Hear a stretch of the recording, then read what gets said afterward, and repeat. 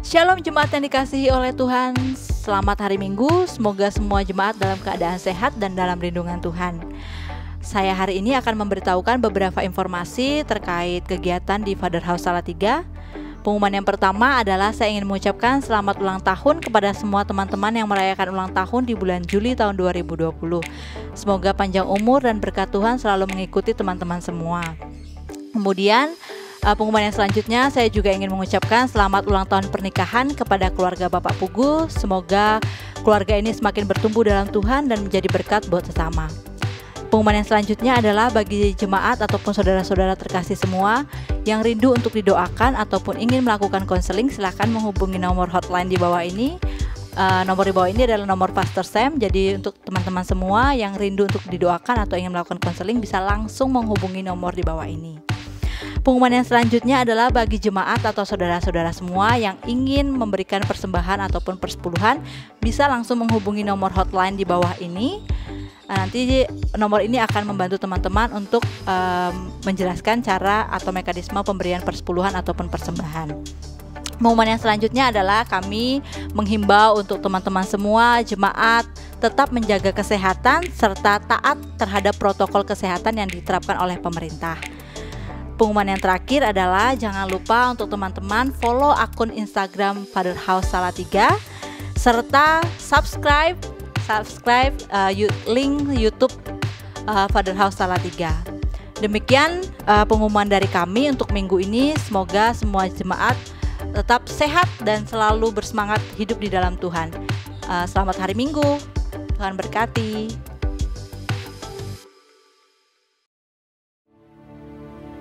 Selamat pagi Bapak Ibu Jemaat Tuhan dimanapun Anda berada. Kita bertemu lagi dari rumah kita masing-masing untuk meninggikan Tuhan Raja di atas segala raja. Pagi ini saya mengundang Bapak Ibu untuk mengingat semua kebaikan Tuhan yang sudah kita alami. Sama-sama kita tinggikan Tuhan, sembah Dia karena kebaikannya luar biasa dalam hidup kita.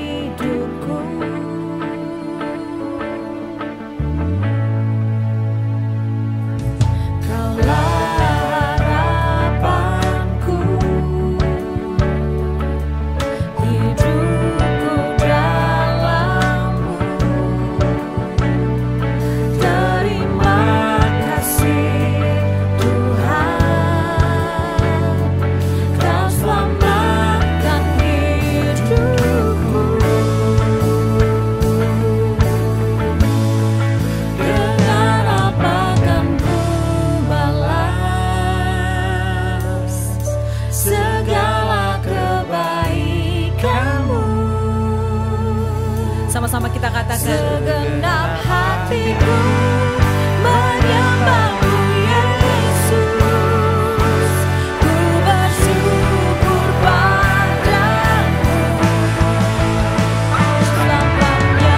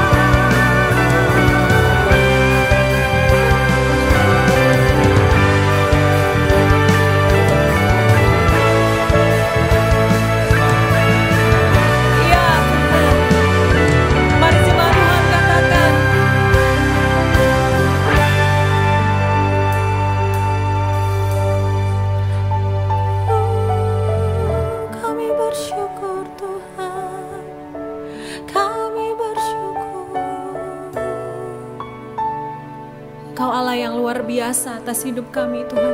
Kasih-Mu besar Tuhan atas kami. Kami bersyukur buat semua kebaikan-Mu Tuhan.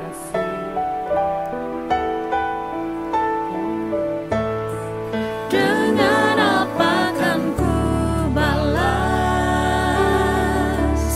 segala kebaikan-Mu?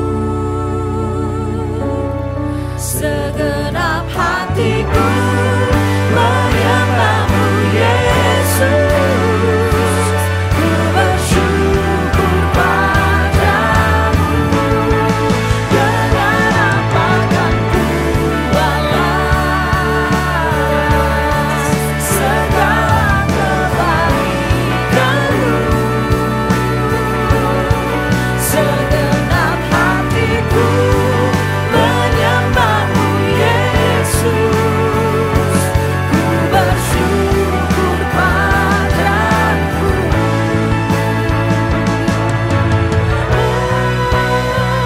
Aku punya Tuhan yang besar, yang telah berjanji dan sanggup menggenapi imanku. Bersepakat percaya kuasa-Nya. Ku terima sekarang kemenangan dari-Mu. Amin. Imanku bersepakat percaya kuasa-Nya. Ku terima sekarang kemenangan dari-Mu.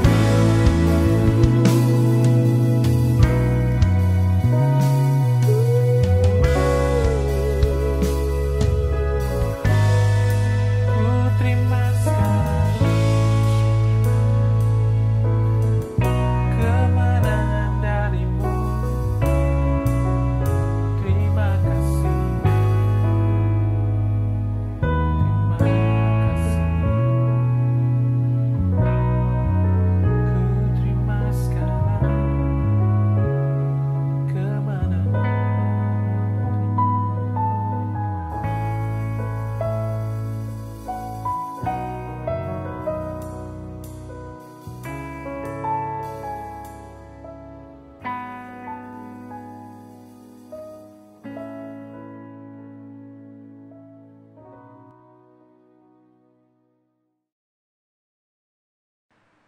Shalom saudara yang diberkati oleh Tuhan.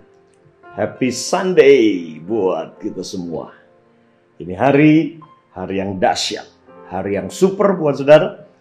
Karena ini minggu pertama bulan Juli 2020 di mana kita akan merayakan di minggu pertama ini celebrating Jesus. Kita merayakan Yesus, merayakan kemenangan, merayakan kasih-Nya, merayakan kedahsyatan dan keajaiban anugerah Tuhan hari ini buat kita semua, buat saudara dan saya. Karena itu siapkan hati saudara, kita akan mendengarkan pesan Tuhan hari ini yang diambil dari Injil Matius pasal yang ke-27. Injil Matius pasal yang ke-27. Kalau saudara suka dengan judul, dan saya harap saudara bersama dengan keluarga hari ini siap dengan Alkitab saudara, dengan anak-anak saudara, dengan catatan. Kalau saudara senang dengan judul khotbah, saya beri judul khotbah saya is a mystery, rahasia di balik tirai yang terkoyak. Rahasia atau misteri di balik tirai yang terkoyak. Kita akan baca bersama-sama dari Matius 27 ayat 45 sampai dengan 51. Katakan demikian. Mulai dari jam 12, kegelapan meliputi seluruh daerah itu sampai jam 3. Kira-kira jam 3 berserulah Yesus dengan suara nyaring. Artinya 3 jam dia tergantung dan kegelapan, seluruh bumi bahkan alam semesta bereaksi, merespon terhadap penyaliban Yesus ini. Kira-kira jam 3 berserulah Yesus dengan suara nyaring, Eli, Eli, lama sabachthani. Artinya, Allahku, Allahku, mengapa engkau meninggalkan aku? Pertama kali dalam sejarah kehidupan Yesus yang selalu satu dengan Bapa, yang selalu intim, manunggal dengan Bapa. Tapi hari itu di atas kayu salib, Bapa meninggalkan anaknya. Mengapa? Karena anaknya Yesus dalam ketaatan kepada kehendak Bapa menjadi dosa, memikul kutuk kematian, sakit penyakit saudara dan saya, dan seluruh dosa dunia dipikul di dalam tubuhnya. Dia terpisah. Dan tentunya berbicara tentang redemption. Selalu ingat ini apa yang terjadi dengan Yesus di kayu salib. Ini dia menjadi substitusi. Dia menjadi pengganti buat kita. Di sini Yesus ditinggalkan Bapa karena dia harus mengalami apa yang kita alami. Itu yang terjadi 6.000 tahun yang lalu. Ketika Adam jatuh dalam dosa dalam Kejadian pasal yang ketiga. Adam diusir keluar dari Taman Eden. Adam diusir supaya dia tidak memakan pohon kehidupan dalam kondisi dia mati secara rohani. Adam terusir dari hadirat Tuhan. Adam terbuang dari hadirat Tuhan.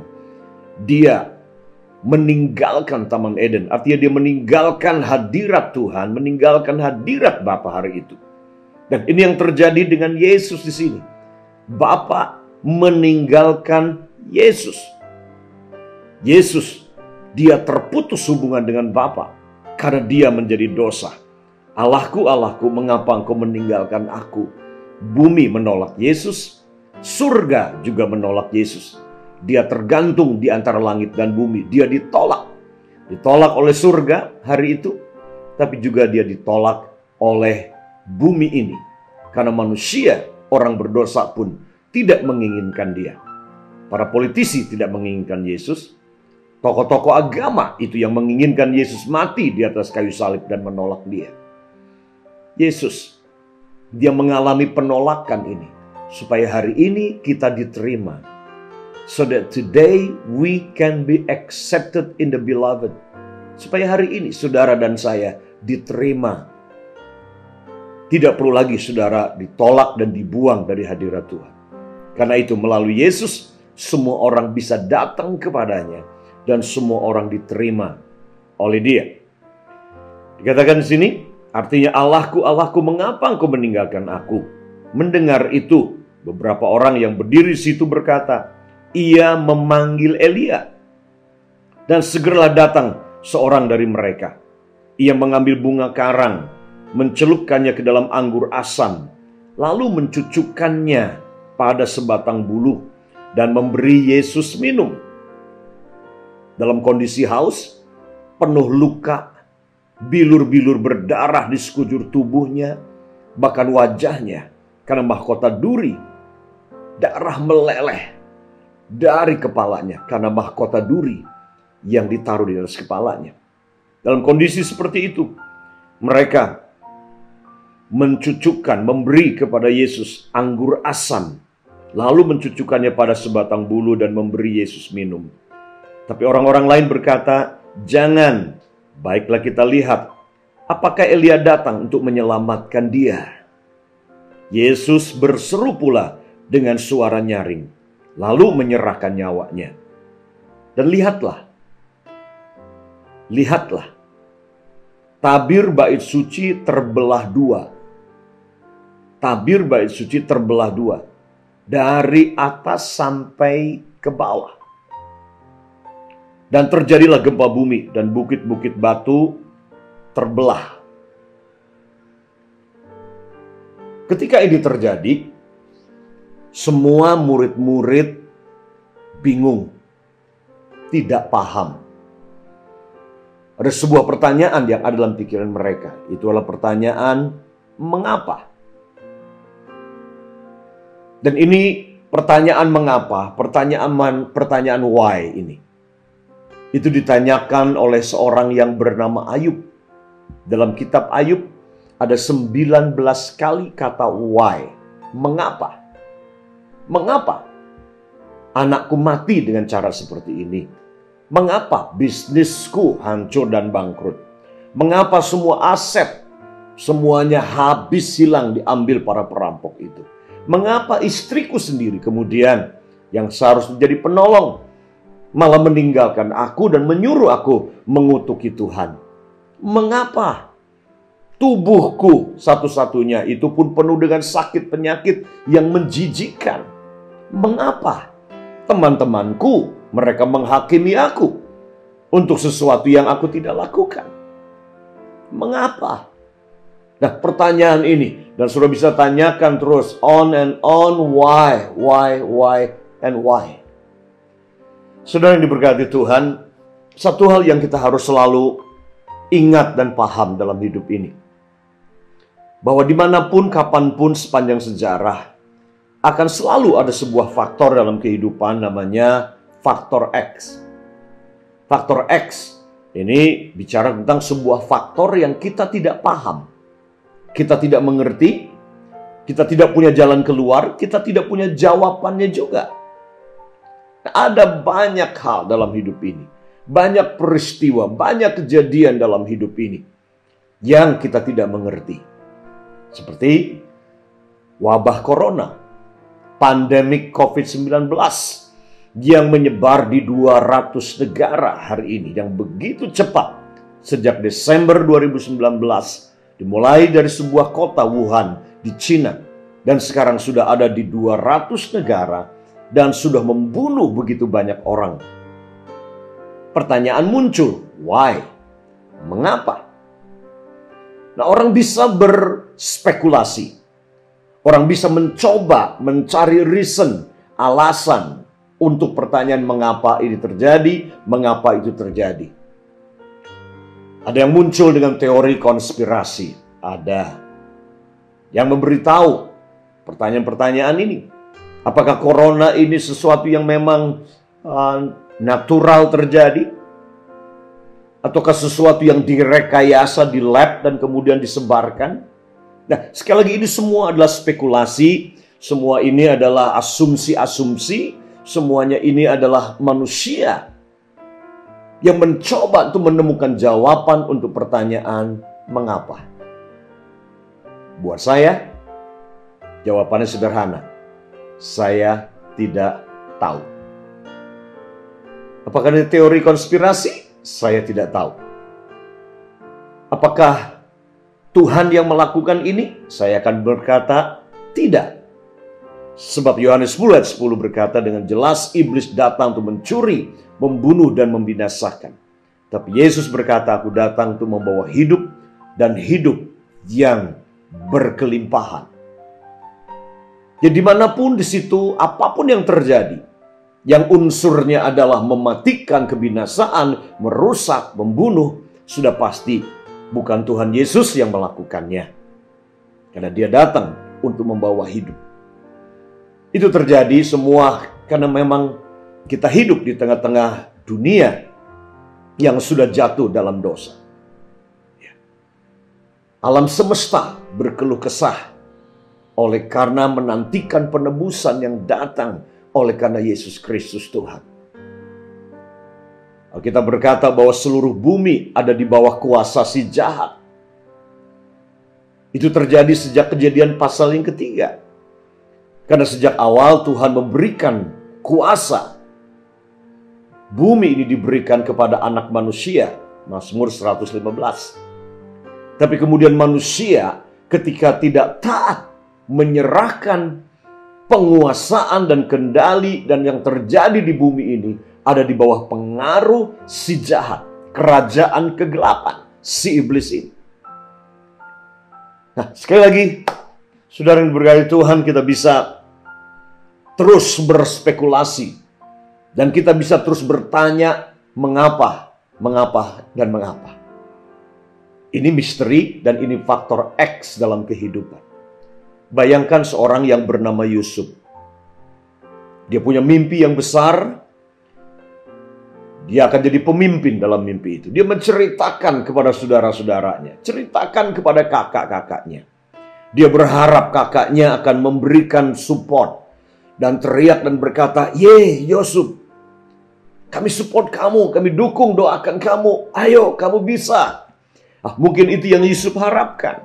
Tapi apa yang terjadi dengan Yusuf? Setelah dia menceritakan mimpinya bahwa dia akan jadi orang hebat dan mempengaruhi dunia, berikutnya adalah ini. Dia dibuang ke dalam sumur. Dilucuti, ditelanjangi oleh saudara-saudaranya sendiri. Dia dibuang dalam sumur karena saudara-saudaranya iri hati terhadap dia. Bayangkan, pertanyaan mengapa pasti ada dalam pikirannya Yusuf. Tapi apakah hanya karena Yusuf tidak menemukan jawaban mengapa saya dibuang ke sumur? Mengapa saudaraku begitu jahat kepadaku? Mengapa Tuhan katanya aku akan jadi pemimpin, tapi lihat aku berada di dalam sumur yang gelap ini? Pertanyaan mengapa? Saya yakin Yusuf miliki, dan saya juga yakin Yusuf tidak menemukan jawaban untuk pertanyaan mengapa pada saat itu. Tapi hanya karena Yusuf tidak tahu, tidak menemukan, dan tidak paham kenapa dia dalam sumur, itu bukan berarti kemudian Yusuf berhenti menyalahkan Tuhan dan kemudian mundur ke belakang dan melepaskan mimpi, melepaskan janji yang Tuhan berikan kepadanya dalam kehidupan ini.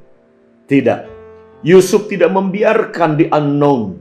Yusuf tidak membiarkan ketidakpahaman, ketidakmengertian, dan tidak ditemukannya untuk jawaban mengapa ini terjadi menghentikan dia untuk terus berjalan bersama dengan Tuhan dan mempercayai Tuhan. Walaupun dia tidak lihat tangan Tuhan saat itu, tapi dia mempercayai hatinya Tuhan. Dia mempercayai pikirannya Tuhan. Dia mempercayai bahwa rencana Tuhan bagi hidupnya itu adalah baik. Ini mungkin hari-hari ini yang saudara perlu dengarkan. Di tengah-tengah ribuan kali mungkin sudah bertanya, mengapa ini terjadi? Mengapa? 4 bulan, mengapa tidak bisa kerja? Mengapa harus belajar di rumah? Mengapa harus kerja di rumah? Mengapa akhirnya aku harus mem-PHK ratusan karyawan? Mengapa sebentar lagi kemungkinan aset-aset disita oleh bank? Mengapa Tuhan?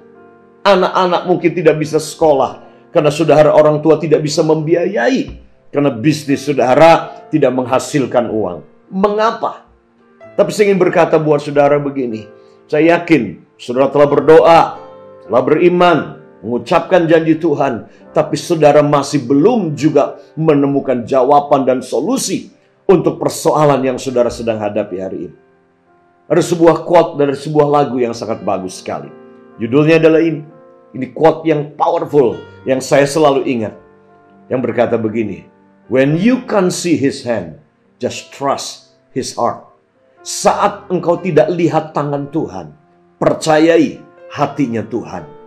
Tangan bicara tentang berkat, tangan bicara tentang kuasa, tangan berbicara tentang pekerjaan, tangan berbicara tentang mujizat-mujizat yang Tuhan bisa berikan buat kita. Saat kita tidak lihat tangan Tuhan, dengarkan quote ini, percayai hatinya Tuhan. Tuhan dalam hatinya dia tidak ada sesuatu pun yang jahat, tidak ada satupun rencana untuk membuat saudara jatuh dan membuat saudara gagal. Hatinya Tuhan itu hati yang baik, penuh kasih, dan rancangannya bagi hidupmu dan masa depanmu adalah rancangan masa depan yang hebat dan dahsyat bagi hidup saudara. So, trust his heart. Percayai hatinya Tuhan. Yusuf, dia move on, mempercayai hatinya Tuhan. Walaupun situasinya dia tidak baik, tapi dia percaya bahwa Tuhan adalah Tuhan yang baik dan hatinya baik dan rancangan Tuhan itu baik adanya. Itu yang kemudian berikutnya dia berharap. Dia tidak tahu jalan keluarnya bagaimana keluar dari sumur. Mungkin dia berpikir dia akan mati dalam sumur itu. Tapi berikutnya saudara-saudaranya datang. Dia pikir saudaranya bertobat mengeluarkan dia dari sumur dan minta maaf. Tapi bukan itu yang terjadi. Yusuf dijual di Mesir, di rumah perbudakan, diperdagangkanlah Yusuf. Dan Yusuf pun kemudian dibeli oleh saudagar Mesir, yaitu Potifar. Luar biasa, dari sumur kemudian dijual menjadi budak. Dan nggak berhenti sampai di situ. Ketika dia berharap semuanya akan lebih baik, dia difitnah. Difitnah oleh istri Potifar. Dan berakhir dia ada di penjara. Sebagai seorang tawanan. Dianggap sebagai seorang kriminal, pemerkosa, penggoda, pelakor yang mengganggu istri majikannya. Dan di penjara, pasti pertanyaan ini muncul. Why? Tapi sekali lagi, ketidakpahaman dan ketidakadaan jawaban untuk pertanyaan mengapa ini tidak menghentikan Yusuf untuk tetap mempercayai bahwa Tuhan itu Tuhan yang baik, bahwa Tuhan, hatinya Tuhan itu baik.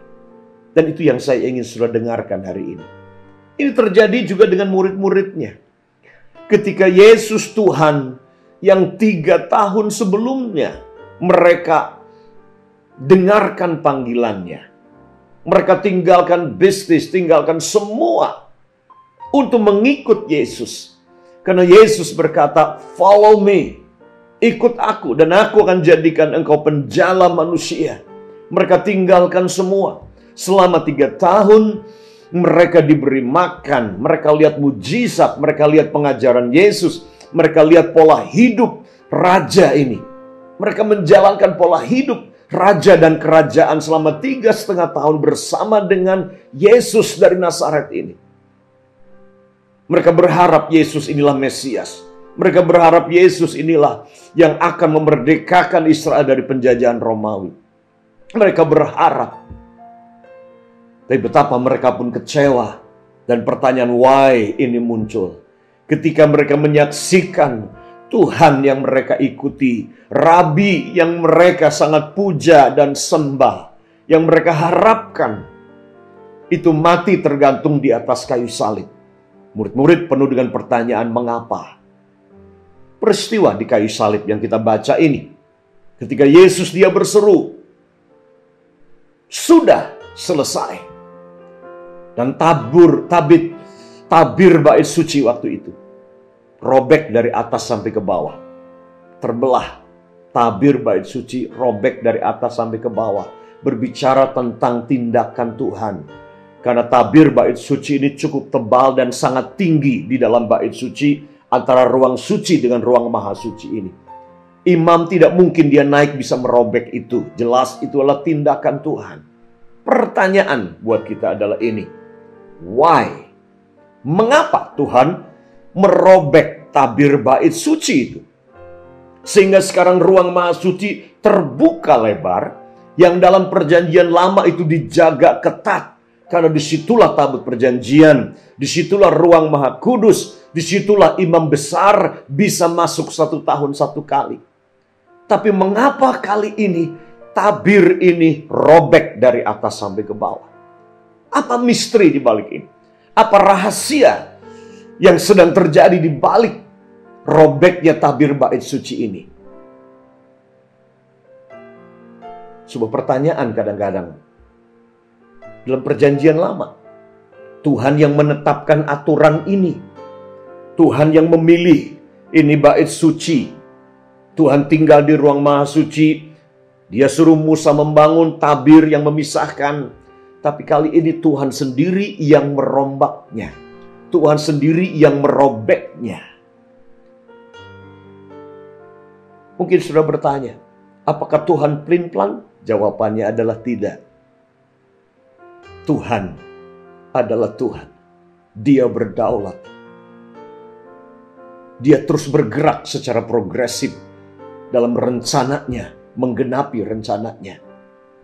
Karena yang terjadi adalah sejak kejadian pasal yang ketiga, sejak Adam jatuh dalam dosa, Tuhan dia terus berpindah-pindah.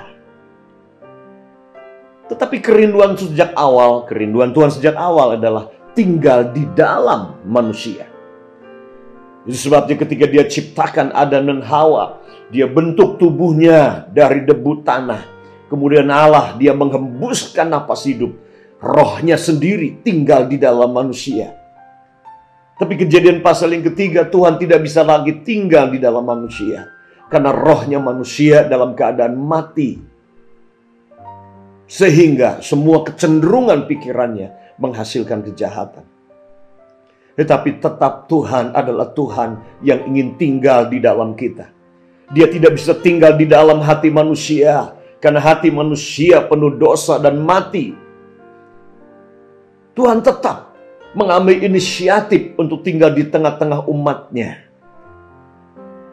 Ketika bangsa Israel keluar dari padang gurun, dia perintahkan Musa bangun tabernakel kemah suci, supaya Tuhan bisa tinggal di tengah-tengah bangsa itu, berbicara kepada mereka, ditemui oleh umat itu. Tuhan terus berpindah-pindah dari waktu ke waktu, dari sejarah ke sejarah. Tuhan tinggal di bait suci Musa. Kemudian Tuhan pindah di pondok Daud, di sebuah tenda. Kemudian Tuhan memberitahu Daud bahwa kamu tidak akan membangun rumah bagiku, tetapi Salomo lah yang akan membangun rumah kediaman bagiku. Dan kemudian hari ini, ayat-ayat yang kita baca ini, Tuhan sedang melakukan sebuah perubahan. Tuhan sedang melakukan perombakan besar-besaran. Kenapa? Karena tetap Tuhan punya mimpi. He has a dream house untuk dia tinggal diam di situ. Mimpinya Tuhan tetap bukanlah sebuah kemah, bukanlah sebuah tenda, bukanlah sebuah gedung, walaupun dilapisi dengan emas. Tuhan tidak inginkan itu. Itulah yang terjadi. Misteri di balik tirai yang terkoyak. Kenapa tabir itu robek? Tujuannya adalah ini. Karena Tuhan tidak lagi tinggal di dalam bait yang dibuat oleh tangan manusia. Dia keluar. Dikatakan di dalam Kisah Rasul pasalnya yang ke-7 ayat 48 sampai 50. Dia berkata di sana, tetapi yang maha tinggi tidak diam di dalam apa yang dibuat oleh tangan manusia. Seperti yang dikatakan oleh Nabi, langit adalah tahtaku, bumi adalah tumpuan kakiku. Rumah apakah yang akan kamu dirikan bagiku? Demikianlah firman Tuhan. Tempat apakah yang akan menjadi perhentianku? Bukankah tanganku sendiri yang membuat semuanya ini? Ini yang terjadi. Ayat ini digenapi ketika Tuhan merobek tabir itu. Dia sedang berkata, aku tidak tinggal di dalam bait suci yang dibuat oleh tangan manusia. Tuhan punya rumah yang baru. Sudah tahu ada dua tempat kediaman favorit Tuhan hari ini. Dua tempat favorit Tuhan. Dua tempat kediaman yang menjadi favorit buat Tuhan hari ini. Yang pertama, itu adalah hidup saudara dan hidup saya. Hati saudara dan hati saya. Itulah tempat favoritnya Tuhan hari ini. Do you know that you are God's dream house? Your life is God's dream house. Hidupmu, hatimu, itu adalah tempat rumah impiannya Tuhan. Dikatakan dalam 1 Korintus pasalnya yang ke-6 ayat 19-20. Atau tidak tahukah kamu bahwa tubuhmu adalah bait Roh Kudus yang diam di dalam kamu? Roh Kudus yang kamu peroleh dari Allah. Dan bahwa kamu bukan milik kamu sendiri, sebab kamu telah dibeli dan harganya telah lunas dibayar. Karena itu muliakanlah Allah dengan tubuhmu. Jadi ketika tabir itu robek, Tuhan keluar dari bait suci buatan tangan manusia. Dan dia pindah. Dan rumah impiannya dia adalah tubuh saudara, roh saudara, hidup saudara. Itu adalah rumah impiannya Tuhan. Imagine, Tuhan tinggal di dalam diri saudara. Dan yang kedua, rumah impiannya Tuhan itu dalam Matius pasal yang ke-18 ayat yang ke-20. Dikatakan di sini, yang pertama tadi adalah individu, hati, tubuh, jiwa, roh saudara. That is the dream house of God. Tempat Tuhan hadir diam permanen di situ. Yang kedua, rumah impiannya Tuhan adalah keluarga. Keluarga. Dikatakan dalam Matius 18 ayat 20. Sebab di mana 2 atau 3 orang berkumpul dalam namaku, di situ aku ada di tengah-tengah mereka. 2-3 orang. Ini bicara tentang papa, mama dengan anak. Ini bicara tentang komunitas yang namanya family, keluarga. Kekasih Tuhan, hari ini dengarkan pesan Tuhan ini. You are God dream house. Your living room. Saudara punya ruang tamu, ruang makan. Ketika papa mama duduk di meja dengan anak-anak, kumpul 2-3 orang, mungkin 5 orang, mungkin 7 orang, keluarga kumpul. Dalam namaku, kata Tuhan Yesus, aku ada di tengah-tengahmu. I am in the midst of you.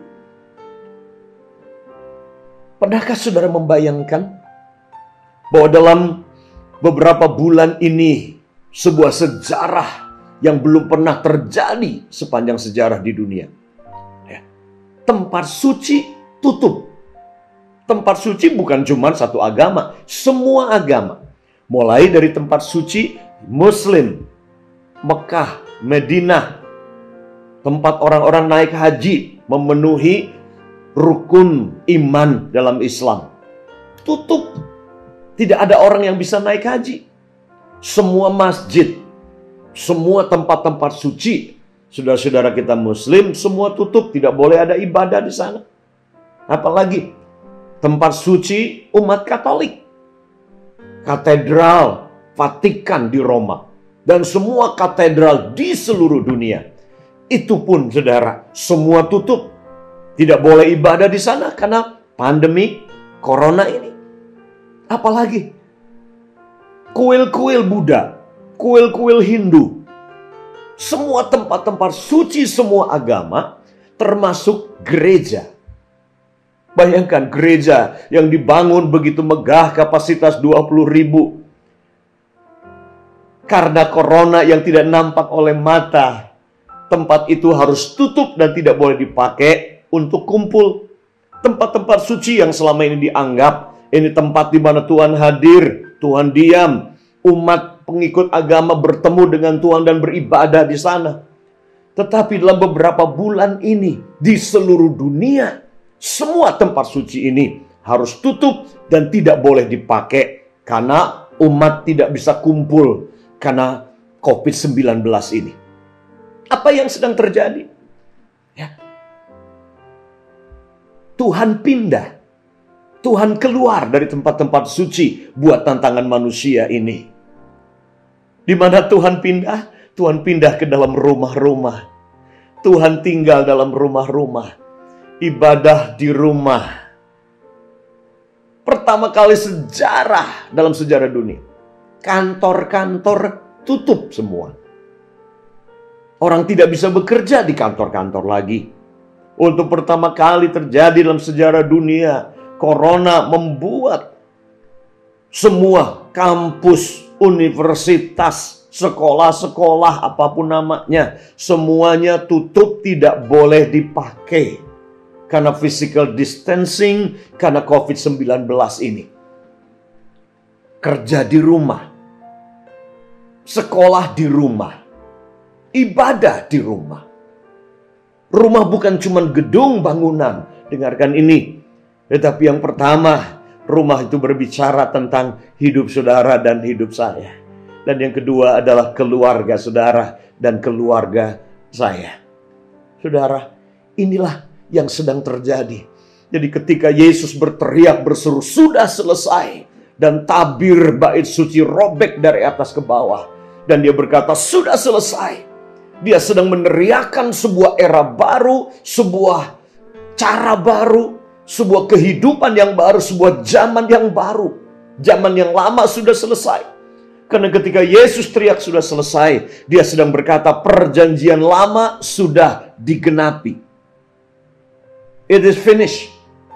Tuntutan-tuntutan agama, tuntutan hukum Taurat sudah digenapi ketika Yesus mati di atas kayu salib. Dan saya percaya bahwa 2000 tahun lalu sebenarnya kita sudah memasuki sebuah era yang namanya era post-religious era. Sebuah era di mana berhentinya era agama. Karena saya ingin beritahu begini buat saudara dan saya. Sejak awal dunia diciptakan dan manusia Adam dan Hawa diciptakan, Tuhan tidak memberikan agama, Tuhan tidak menciptakan agama. Adam dan Hawa tidak punya agama. Abraham, dia menyembah berhala-berhala pada waktu itu ketika dipanggil Tuhan. Hanya ketika pada zaman Musa itulah Tuhan memberikan hukum-hukum eksternal yang tertulis. Tapi sebelum itu, Tuhan menuntun manusia itu dari dalam. Dan itu kerinduan Tuhan, inside out Tuhan memimpin manusia untuk mendengarkan Tuhan dan mengikuti Tuhan. Era yang baru, post-religious. Tahukah saudara sampai hari ini, perang terlama yang gak pernah selesai adalah perang agama. Itu sebabnya hari-hari ini, apapun agamanya hari-hari ini semua pulang ke rumah. Karena ide Tuhan dari awal adalah keluarga. Alkitab kita adalah Alkitab keluarga. Dimulai dengan keluarga Adam dan Hawa dan akan diakhiri dengan keluarga, yaitu gereja sebagai mempelai wanita dan Yesus mempelai pria. Mujizat pertama Tuhan Yesus buat itu ada di keluarga. Dan saya mau beritahu hari-hari ini buat saudara, pesan hari ini buat saudara, there is a miracle in your house. Ada mujizat dalam rumah saudara. Tuhan ingin buat mujizat di rumah saudara. Sebagaimana ini yang terjadi 2000 tahun yang lalu. Ketika pertama kali gereja Tuhan lahir di muka bumi ini. Dimulai dari loteng Yerusalem. Loteng sebuah rumah. Di mana murid-murid berkumpul di sana. Roh Kudus dicurahkan. Dan dari rumah inilah kota diberkati. Kota Yerusalem dipengaruhi, seluruh kota dipengaruhi oleh kehadiran Tuhan dan oleh nama Yesus Kristus Tuhan yang dahsyat dan ajaib itu. Dari rumah itulah Injil dibawa ke seluruh dunia. Injil dibawa kemudian ke Yudea, ke Samaria, ke Asia kecil, ke Afrika, Ethiopia, sampai ke Eropa, Makedonia oleh Rasul Paulus. Dan kemudian dari Eropa, Injil dibawa masuk ke Indonesia, ke Asia. Tapi itu mulai dari rumah. Semua mulai dari rumah. Karakter, moral, kepemimpinan, misi. Semua mulai dari rumah, yaitu keluarga. Karena itu saudara, kalau hari-hari ini di mana semua harus balik ke rumah, saya percaya betul ini adalah agenda besar Tuhan. Inilah mimpi Tuhan yang besar sejak awal permulaan. Karena kita sudah meninggalkan rumah, karena kita sudah meninggalkan keluarga, karena kita sudah mengabaikan yang namanya hubungan suami istri yang baik. Institusi Tuhan yang bernama keluarga dirusak oleh setan lewat perselingkuhan, perzinahan, pornografi, pemberontakan anak dengan orang tua. Bangkit generasi yang fatherless, anak-anak yang tidak punya ayah. Kan ayah begitu sibuk ketemu hanya beberapa jam di malam hari. Ayah sudah berangkat pagi-pagi jam 6, sementara anak masih tidur. Papa mama sudah berangkat kerja, pulang jam 8 malam. Anak-anak punya waktu setengah 1 jam. Dan kemudian tertidur. Sebelum anak-anak bangun, papa mama sudah berangkat kerja. Tapi hari ini, Tuhan sedang mengembalikan papa mama kembali ke rumah. Saya tahu anak-anak mungkin beberapa sangat happy. Tapi juga mungkin beberapa anak-anak tidak begitu happy dengan papa mama ada di rumah. Karena mungkin terjadi keributan, berantem, dan papa mama tidak tahu bagaimana harus hidup 24 jam sebagai suami, sebagai istri, sebagai papa mama buat anak-anak di rumah bersama mereka. Itu sebabnya ada banyak tingkat KDRT meningkat menurut survei. Pada masa semua harus kerja di rumah, sekolah di rumah, dan ibadah di rumah ini. Tapi ini agenda besar Tuhan. Ketika tabir bait suci robek dari atas sampai ke bawah. Karena Tuhan, Dia ingin kembali pulang ke rumahnya. Yaitu hidup saudara dan hidup saya. 2-3 orang berkumpul, rumah tangga, keluarga saudara. Itulah tempat kudusnya Tuhan. Ruang maha sucinya Tuhan udah bukan lagi gedung gereja yang megah. ruang sucinya Tuhan di mana dia diam, bertahta, berkarya, berbicara, buat mujizat. Itu bukan lagi gedung-gedung pakai tanda salib katedral besar, tetapi hati saudara itu ruang maha kudusnya Tuhan. Keluargamu, ruang tamumu, itu adalah ruang maha kudusnya Tuhan. Ini agenda besarnya Tuhan yang sedang kembali. God is returning to his original house. Tuhan pulang ke rumah awal, ke rumah asli dan ide awalnya Tuhan, yaitu keluarga. Wow, dahsyat banget saudara. Sadari ini, hati saudara itu adalah rumah favoritnya Tuhan. Keluarga saudara itu adalah tempat kesukaannya Tuhan, di mana dia diam, dia bekerja, dia berbicara, dia buat mujizat. Dia buat mujizat. Kegerakan dimulai dari sana. Karakter dibangun di sana. Misi dimulai dari sana. Kepemimpinan mulai dari sana. Itu karena itu saya excited banget dengan apa yang terjadi lewat corona ini. Dan mungkin maksudnya si iblis di balik corona ini adalah menghancurkan manusia, menjauhkan manusia dari Tuhan, bikin kita bingung dengan pertanyaan mengapa. Tetapi iblis, saya beritahu, kamu kalah, kamu keliru, kamu kalah telak lewat corona ini. Karena corona ini mengembalikan suami istri, mengembalikan ayah kepada anak-anaknya, mengembalikan orang tua kepada anak-anaknya, mengembalikan mimpinya Tuhan ini. Musuh merancangkan yang jahat, tapi Tuhan merancangkan untuk kebaikan kita. You are God dream house. Kolose 1 ayat yang ke-27. Kristus di dalam kamu, itulah pengharapan akan kemuliaan. Kristus di dalam saudara, itulah harapan. Kristus di dalam saudara, itulah kemuliaan yang ditunggu oleh kotamu, keluargamu, dan orang di sekelilingmu. Harapan yang ditunggu itu ada di dalam saudara, yaitu Kristus. Harapan yang ditunggu, kemuliaan yang dinantikan, itu ada di dalam saudara dan di tengah-tengah keluarga saudara. Kristus itulah harapan dan kemuliaan. Dalam 4 bulan ini dikembalikan fungsi keimamatan. Yang tadinya keimamatan itu perjanjian lama, keimamatan Imam Harun. Cuma satu suku saja, yaitu suku Lewi yang menjadi imam. Dan sampai hari ini masih terbawa pola pikir perjanjian lama ini. Sementara Tuhan bilang sudah selesai. Ketika Yesus mati di kayu salib, tabir itu robek. Dia sedang berkata, kembali. Semua orang yang percaya kepadaku adalah imam. Imam itu bukan lagi pendeta, imam itu bukan lagi pastor, imam itu bukan lagi hanya mereka yang full time di gereja gembala sidang. Tapi imam adalah semua orang yang percaya kepada Yesus. You are, saudara, adalah imam dan raja. Dan saudara selalu menjalankan fungsi itu dalam beberapa bulan ini. Di rumah saudara memimpin perjamuan kudus. Di rumah saudara ibadah, pimpin ibadah dan doa di rumah. Sudah berdoa buat orang sakit. Saudara pimpin doa, bacakan firman. Saudara telah jadi imam. Dan karena itu rencana Tuhan. Bayangkan, sekali lagi, untuk pertama kali dalam sejarah dunia, saudara tidak bisa ibadah mengikuti ritual-ritual. Nggak bisa lagi semua standar-standar ibadah di gedung. Tidak ada musik, tidak ada sound system. Tidak ada harus pakai jas, pakai dasi, pimpin pujian. Tidak ada lagi gembala sidang yang berkhotbah untuk saudara dikhotbahin. Nggak ada lagi. Di seluruh dunia. Apa yang Tuhan sedang buat? Karena dia sedang kembalikan agenda besar Tuhan ini. Yaitu tempat kediamannya adalah saudara.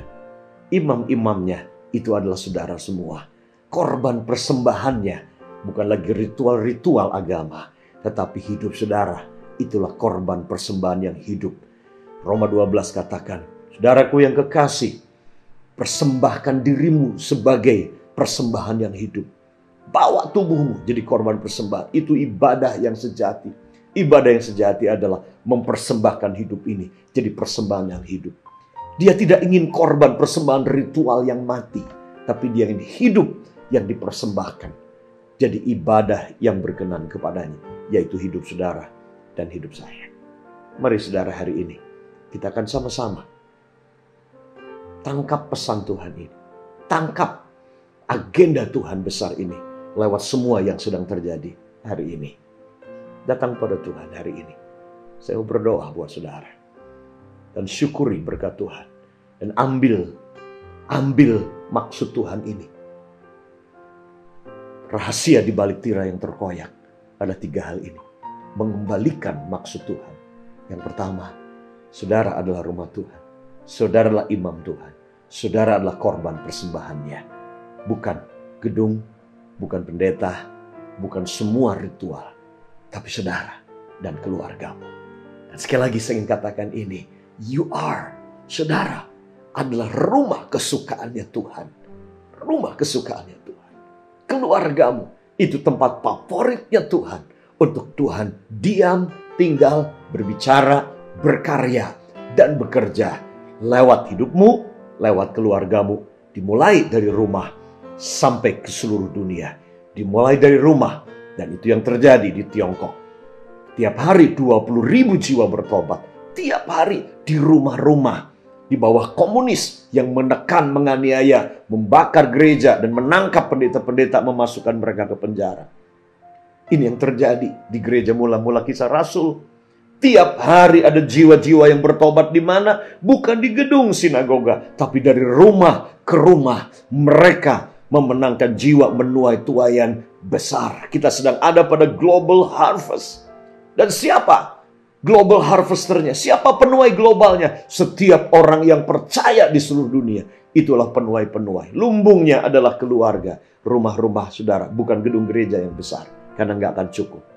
Yuk hari ini, tangkap maksud Tuhan. Renungkan ini dan hidupi ini. Amin, saudaraku. Jangan kembali lagi ke sinagoga. Jangan kembali lagi karena tirai itu sudah robek.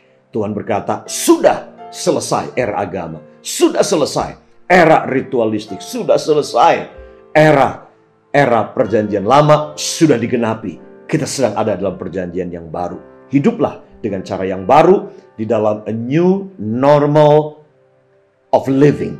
New normal. Inilah new normal yang Tuhan inginkan untuk kita hidup. Tuhan Yesus memberkati saudara. Mari saya berdoa buat saudara. Bapa di surga mau berdoa saat ini. Luar biasa Tuhan. Rahasia di balik tirai yang terkoyak ini. Kau berkata sudah selesai. Biar kata ini melekat Tuhan dalam setiap hati kami. Mungkin ada banyak yang kami belum mengerti dan pertanyaan mengapa. Mungkin masih ada banyak X factor dalam pikiran kami yang kami belum paham. Belum tahu bahkan ke depan akan seperti apa. Tapi satu hal kami tahu Tuhan. Bahwa Engkau sudah menyelesaikannya buat kami. Engkau sudah menggenapi semua rencana nubuatan Tuhan mengenai kami. Lewat pengorbanan kematian Yesus untuk kami semuanya. Terima kasih Bapa di surga. Terima kasih. Kami bersyukur kepadamu Tuhan. Biar hidup kami Tuhan jadi tempat kesukaan-Mu. Keluarga kami jadi tempat favorit-Mu Tuhan. Untuk tinggal, diam, bekerja, berkarya. Biar imam-imam bangkit. Kami semua jadi imam dan raja. Dan biar kami semua hidup kami jadi korban persembahan yang hidup. Itulah ibadah yang sejati di hadapan-Mu. Terima kasih Bapa di surga. Terima kasih. Kami bersyukur kepadamu dalam nama Tuhan Yesus Kristus. Amin. Mari saudara siapkan hati saudara. Papa, mama, keluarga di rumah. Saya yakin saudara sudah siap dengan roti dan anggur. Ya. Dan kita akan ambil perjamuan kudus bersama-sama. Mari saudara, mungkin gelas seperti ini buat seluruh keluarga. Ya, tidak apa-apa. Atau saudara punya cup-cup kecil mungkin, itu juga oke. Ya, rotinya bisa roti apa saja. Ya, yang saudara bisa pakai. Intinya adalah ini, kita merayakan Tuhan, merayakan kehadirannya di dalam kita, bersama dengan kita, karena pengorbanannya. Yuk, kita ambil roti di tangan kanan kita, dan kita bersyukur. Terima kasih Tuhan. Terima kasih, kami bersyukur Tuhan Yesus. Terima kasih karena semua sudah selesai. Dan saat ini kami masuk dalam kebaruan yang Kau telah siapkan buat kami. Kami jadi ciptaan yang baru, yang lama sudah berlalu. Terima kasih buat tubuh-Mu, terima kasih buat darah-Mu. Terima kasih Tuhan Yesus. Terima kasih buat roti dan anggur yang hari ini kami akan makan bersama-sama dan bersekutu dengan Engkau dalam kemenangan dan kemuliaan-Mu. Terima kasih Bapa. Terima kasih Tuhan, mari angkat roti di tangan kanan saudara dan bersyukur. Demikian Tuhan Yesus pada malam waktu diserahkan diambil roti. Dia pecah-pecahkan roti ini dan berkata, makanlah. Inilah tubuhku yang dipecahkan buat kamu. Supaya engkau tidak terpecah lagi, tapi engkau sembuh dan utuh. Dalam nama Tuhan Yesus, makanlah.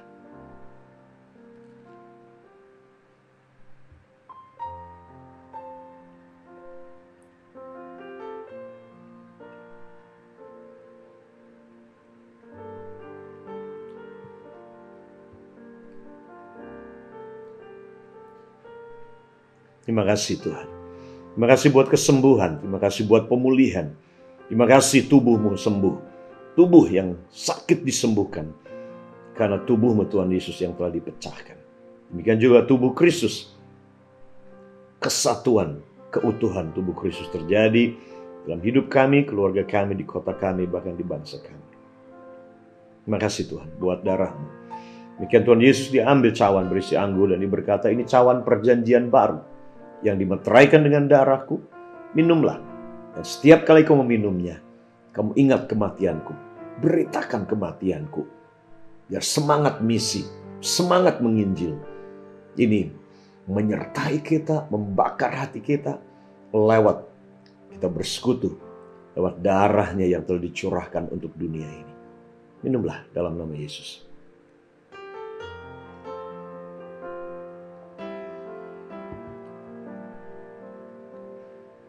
Terima kasih Tuhan. Terima kasih Bapa di surga. Terima kasih. Kami bersyukur kepadamu Tuhan hari ini. Terima kasih Bapa buat meterai kepemilikan. Bahwa kamilah milikmu Tuhan. Terima kasih. Sebagaimana roti dan anggur ini ada di dalam kami. Demikian Tuhan. Hidup kami, keluarga kami. Jadi rumah kediamanmu, rumah kesukaanmu Tuhan. Bekerja berkarya lewat hidup kami. Terima kasih Bapa di surga. Terima kasih.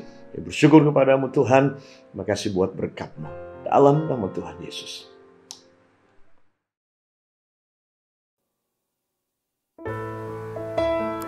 Jemaat, kita sudah menerima perjamuan kudus. Mari saya undang saat ini kita mau ambil waktu sejenak.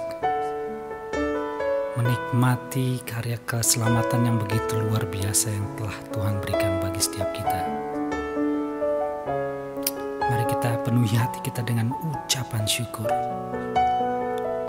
Kita mau menyanyikan lagu ini bersama-sama. Telah kulihat bukti kasih-Mu, Kau menderita gantikanku. Dengan darah-Mu Kau selamatkanku, kini ku hidup menyenangkan-Mu. Sama-sama kita nyanyi. Telah kulihat bukti kasih-Mu, Kau menderita gantikanku. Dengan darah-Mu Kau selamatkanku, kini ku hidup menyenangkan-Mu. Terlalu besar kasih-Mu Bapa, pengorbanan yang Kau berikan bagiku. Terlalu mahal darah-Mu Yesus, tercurah untuk menebus hidupku.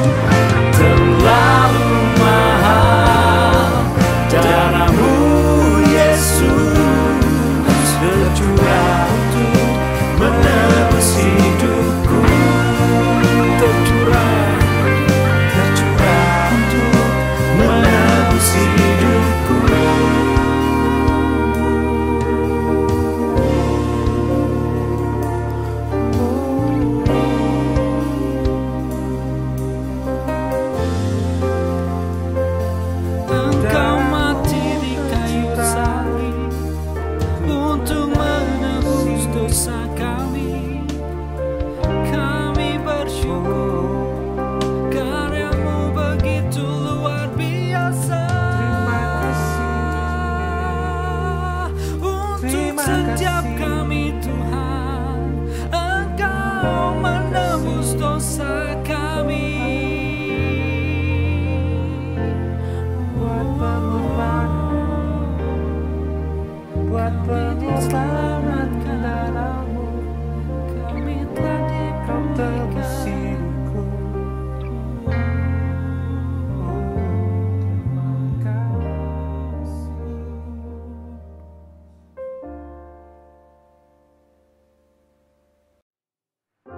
Mari kasih Tuhan, angkat tanganmu dan terima berkat Tuhan. Dikasih Tuhan, terimalah saat ini anugerah damai sejahtera dari Bapa di surga. Kasih Yesus Tuhan yang sempurna menyertai-Mu. Kuasa Roh Kudus dengan segala karunia bersamamu. Mulai hari ini sampai selama-lamanya. Beri aminkan, saya deklarasikan berkat ini bagimu. Diberkati keluargamu, diberkati orang tuamu, diberkati anak-anakmu, diberkati studimu, diberkati bisnismu, diberkati perjalananmu. Semua yang kau sentuh dengan tanganmu diberkati oleh Tuhan, supaya engkau menjadi berkat bagi dunia ini.